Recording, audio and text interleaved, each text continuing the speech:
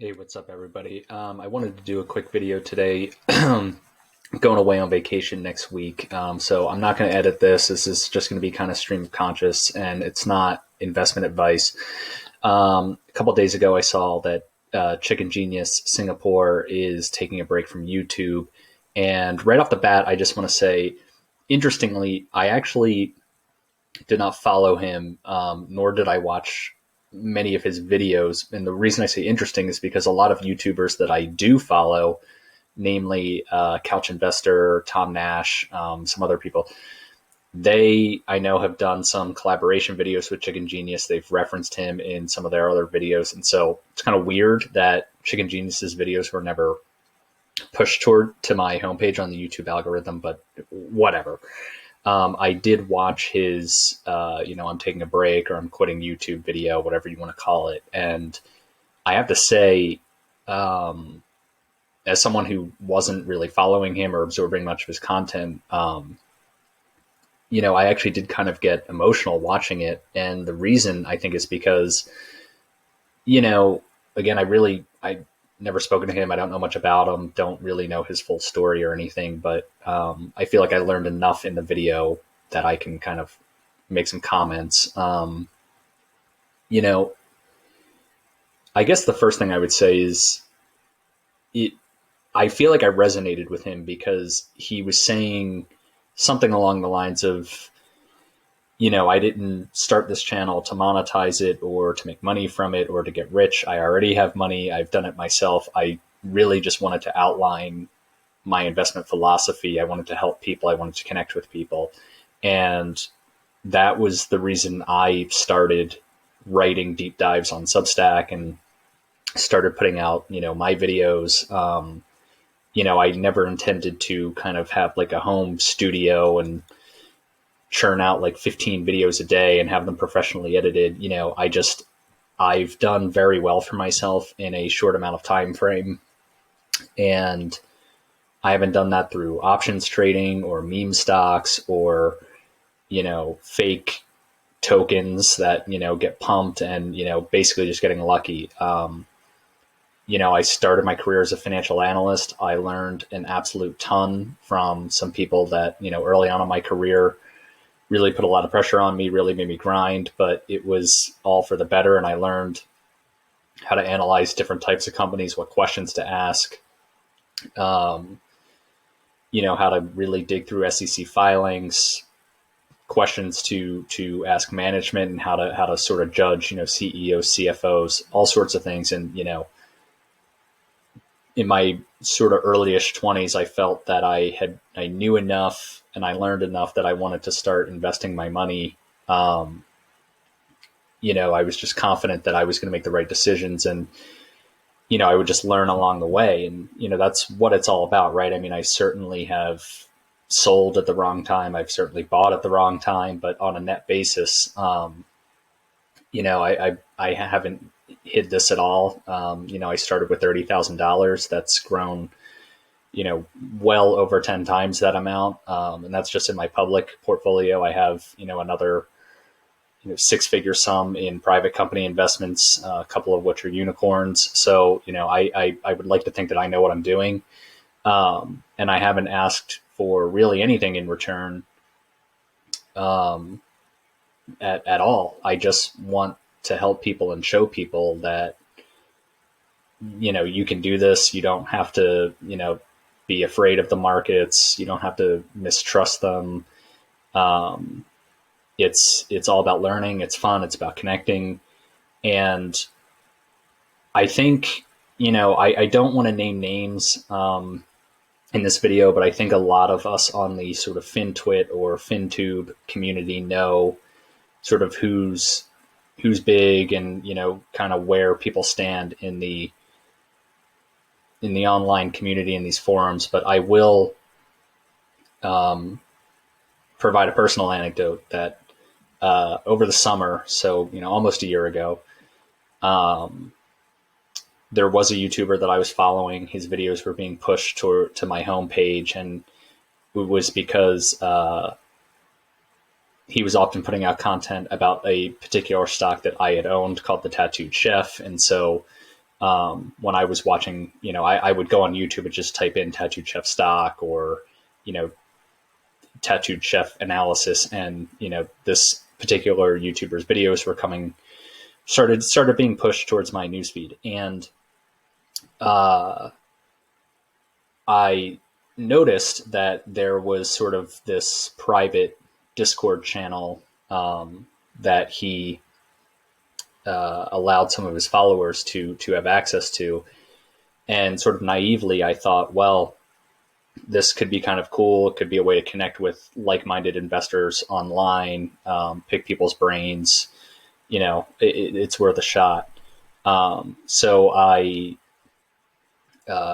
clicked on this, sort of application link, if you will. And the net of it is that a most certainly college student called my cell phone and was reading from a script. It was clear as day, and was trying to sell me a $10,000 course to analyze stocks. And what I would get out of that was best in class analysis and modeling templates, and I would get access to the Discord server. And I sort of, thought it was funny at first, and I just tried to get him off the phone, but it was a very typical, like if you've ever seen Wolf of Wall Street, amazing finance movie, when Leo gives the script to his analysts, and they even have like rebuttals, like if the person says this, say this back, or if they say that, here's how you respond, which they definitely borrowed that from the movie Boiler Room, which is another like kind of early Wall Street movie, amazing movie, but with Vin Diesel. But anyway, actually a bunch of famous people in that movie, but he kept badgering me, and I more or less had to say in sort of a very professional way, I've done billions of dollars of mergers and acquisitions. I've worked for public company CFOs. I've reported directly into some of the largest private equity firms in the world. I don't need your course. I know how to build financial models. I know what I'm doing. I've grown my portfolio over 10x myself. I really just wanted access to the Discord server to connect with people. And, the conversation went on a lot longer than I thought. They offered me an exclusive discount down to, I think it was like 8,500 as opposed to 10K. And it's predatory in a way. I mean, I know what I'm doing. I can get these people off the phone eventually, but there are a lot of people who fall for this, and it's not cool. Think about it. Like if you really want to help someone, you really want to help them. And I'm not talking about the YouTubers who, maybe have like a Patreon set up and, that's their way of supporting themselves. It's sort of like being an artist. It's like, you can support, and you can support as much as you want. Like I'm all for that. I mean, if you're trying to make an honest living from this, and, you're more or less asking your fans, hey, support my work. It gives them something to look forward to. But if you're selling a course, which by the way, most of the information, if not all of it, can be found online for free. I mean, that's one of the beauties of the internet nowadays. I mean, you can basically learn anything about anything for free, or next to nothing. But anyway, getting back to this predatory behavior, you need to ask yourself, like, if someone says like, I can help you transform your financial well-being, but first you need to make an investment. And don't think of this as you paying me. Think of it as an investment in yourself. I mean, what a crock of SHIT. I mean, come on, we know that's just, and the funny thing is this particular YouTuber has responded to Chicken Genius, now saying that his course is free and encouraging him to get back on YouTube, and that, haters are going to hate, and that they're always going to be there, and that you just got to roll with the punches. I mean, what a disingenuous thing to do. He's doing that so that he doesn't lose subscribers, or so that he doesn't, get a bad rep on the internet. There's another YouTuber that, arguably the biggest in the, again, FinTube community, who I actually found his videos sometime in 2020, and I really enjoyed them. He was going through financial models and projections and, doing these cool, like, screen and screen type of things where he would go through the filings. And I thought, wow, this guy really knows what he's doing. And he's young. He owns a lot of the same companies I do. I subscribed. I started watching his channel, quite frequently.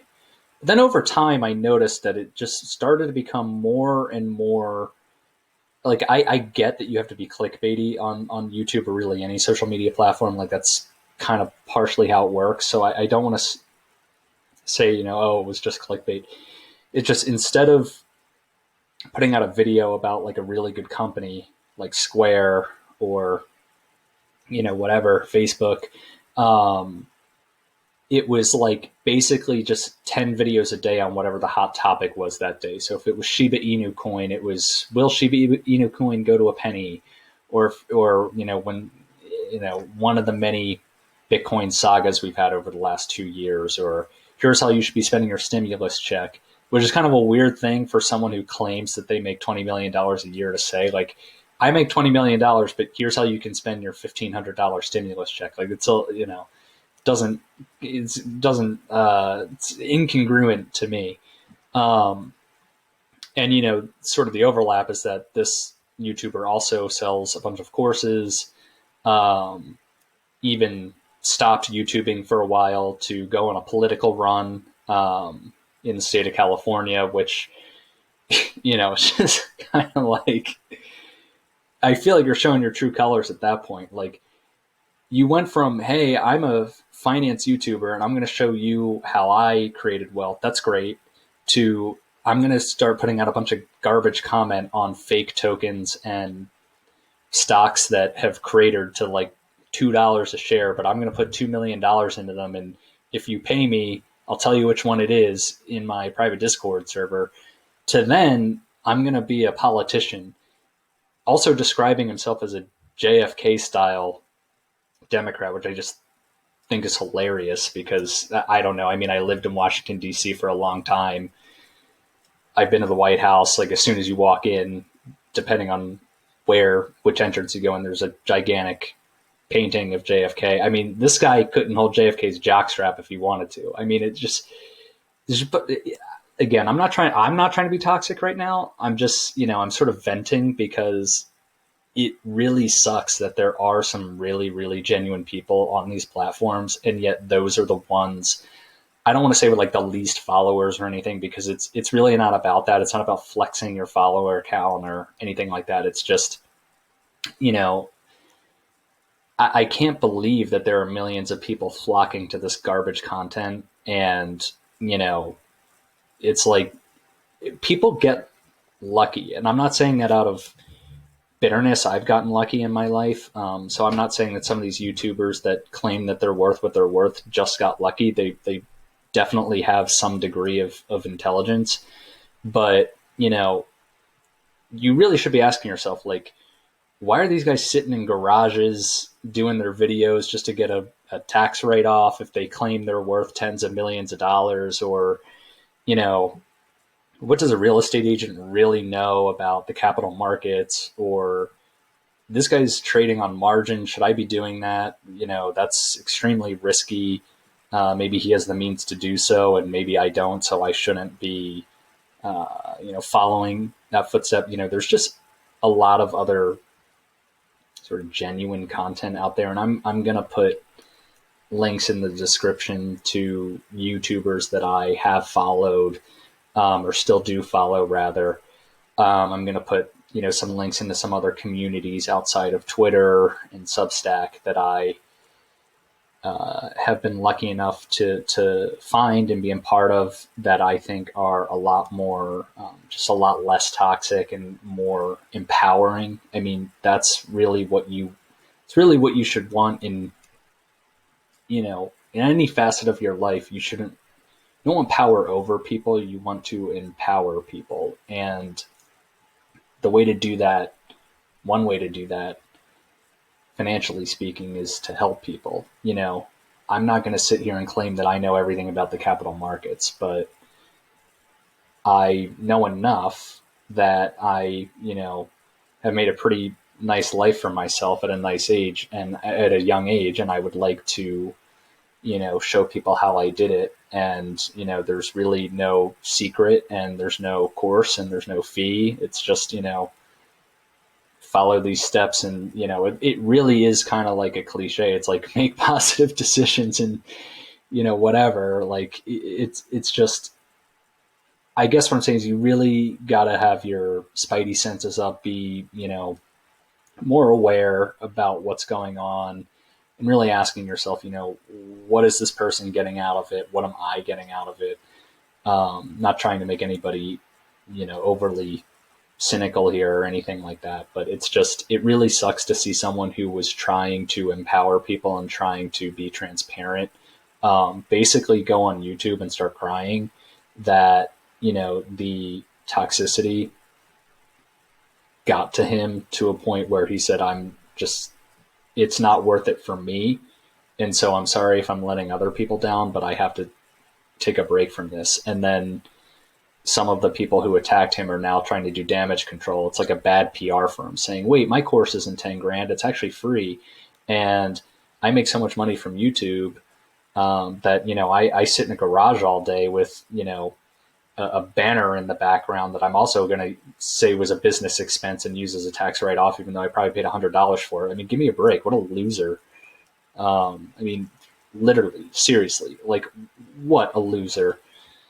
Anyway, that's my rant for Sunday. Like I said, maybe this would have been a little bit more professional if I had more time, but I got to pack and I'm flying to California early. And I'm going to basically be offline. So anyway, sorry for the long rant. I know this video is like, almost 20 minutes long, but if you want to know some good content, I'm going to put some links in the description of people, again, that I follow, that I've connected with. They are not only genuine, not only top-notch content makers, but they're genuine people. We email, talk to them on some of these other forums, just really, really good, solid people. And so, that's my 2 cents, and, that's my way of trying to help you for the day. So thanks for watching and enjoy the rest of the weekend.